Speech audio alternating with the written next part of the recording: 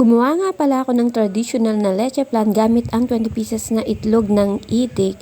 So dahan-dahan lang sa pagbate dahil medyo makapal ang balat ng itlog ng itik.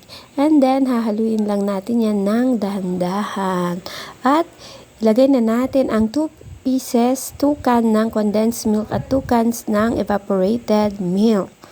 And then, ito talaga ang dahilan kaya gumawa ko ng leche is dahil namunga na ang tinanim kong dayap. So, igagat-gat lang natin yan sa mixture at set aside lang muna habang gumagawa tayo ng caramel sauce or keeping ng asukal. At sasalain na natin yung ating mixture. So, 2 sala yan before natin i-steam ng 1 to 2 hours.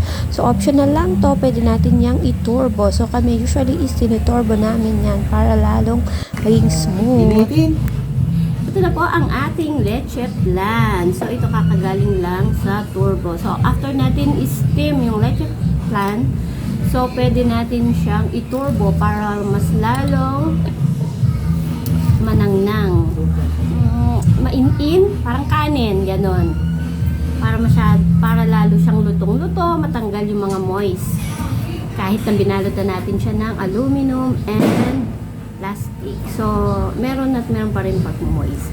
So, pagka tinurbo mo siya, so tanggal lahat yun. Ayan po ang ating leche flan.